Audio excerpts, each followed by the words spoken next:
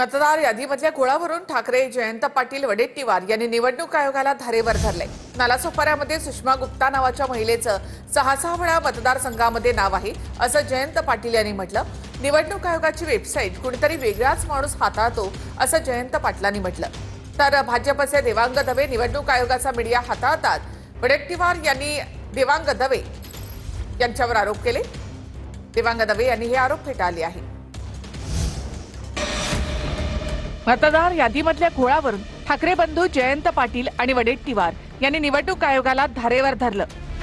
जयंत पाटलांनी नालासोपारा मतदारसंघातल्या सुषमा गुप्ता नावाच्या मतदाराचं उदाहरण दिलं।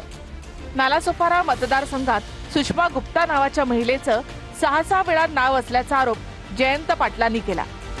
मीडियामध्ये बातम्या आल्यानंतर निवडणूक आयोगानं हे नाव काढल्याचा दावा जयंत पाटील यांनी केला। निवडणूक आयोगाची वेबसाईट कोणीतरी वेगळाच माणूस हाताळतो असा आरोपही जयंत पाटील यांनी केला। यावर भाजपचे देवांग दवे निवडणूक आयोगाचा मीडिया हाताळतात असं वडेट्टीवार यांनी म्हटलं। राज्य निवडणूक आयोग किंवा केंद्रीय निवडणूक आयोगाचा सर्व्हर हा महाराष्ट्रात दुसरा कोणीतरी चालवतो असा आमचा आता अनुभव व्हायला लागलेला आहे आणि दुसरा कोणीतरी परस्पर या मतदार याद्यांमध्ये नावं घालतो। मतदार याद्या उघड झाल्या की नावं काढतो।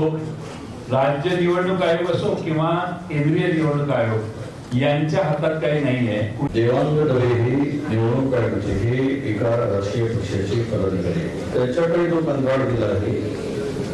डिलीट करायचं पण आहे, एडिशनचं पण आहे। एडिशन काय एडिशन वेबसाईट हाताळण्याचं काम त्याच्याकडे आहे आणि तिथूनच करायची घोळ असावा असा आमचा गोड समज आहे। दरम्यान वडेट्टीवारांनी केलेले आरोप देवांग दवे यांनी फेटाळले आहेत। मला एक तुमची हे माहिती पाहिजे होती, तुमचे जे आरोप केले त्या आरोपावरती तुमची नेमकं प्रतिक्रिया काय? कारण असं सिंपल आहे, मी तुम्हाला सांगतो की हे सगळे बिनबुड्याचे आरोप आहे। 2019 मध्ये पृथ्वीराज चव्हाण साहेबांनी ऑलरेडी ह्याच्यावर एक प्रेस घेऊन असाच काहीतरी आरोप करायचे प्रयत्न केलेले। त्यानंतर इलेक्शन कमिशनने चौकशी पण केली आणि त्या चौकशीमधून मला क्लीन चिट पण दिली। माझा इलेक्शन कमिशनचा काहीही संबंध नाही, फक्त कुठल्या ना कुठल्या प्रकारे पॉलिटिकल वादामध्ये वाद करायचे म्हणून माझं नाव तिकडे ओढण्यात येते। जयंत पाटलांनी निवडणूक आयोगावर आणखी काही आरोप केले आहेत। मुरबाडमध्ये 400 मतदारांचं घर आहे पण घर क्रमांक नाही। बडनेरा मतदारसंघात 450 मतदारांचं घर आहे पण घर क्रमांक 0 आहे। कामठी मतदारसंघात 867 मतदारांच्या घराला घर क्रमांकच नाही असे आरोप जयंत पाटील यांनी केले। राज ठाकरे यांनी सुद्धा एका मतदारसंघातली यादी वाचत निवडणूक आयोगावर आरोप केले आहेत। मतदारसंघ 160 कांदिवली पूर्व, नाव धनश्री कदम, वडिलांचे नाव दीपक कदम, वय वर्ष 23। आता वडिलांचे डिटेल्स। नाव दीपक रघुनाथ कदम, वडिलांचे नाव रघुनाथ कदम, वय 117।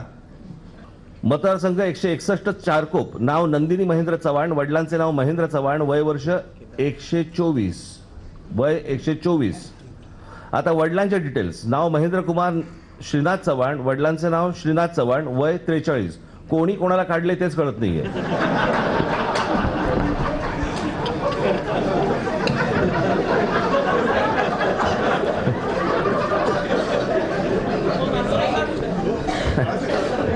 अरे विषय गंभीर आहे, जरा समजून घ्या।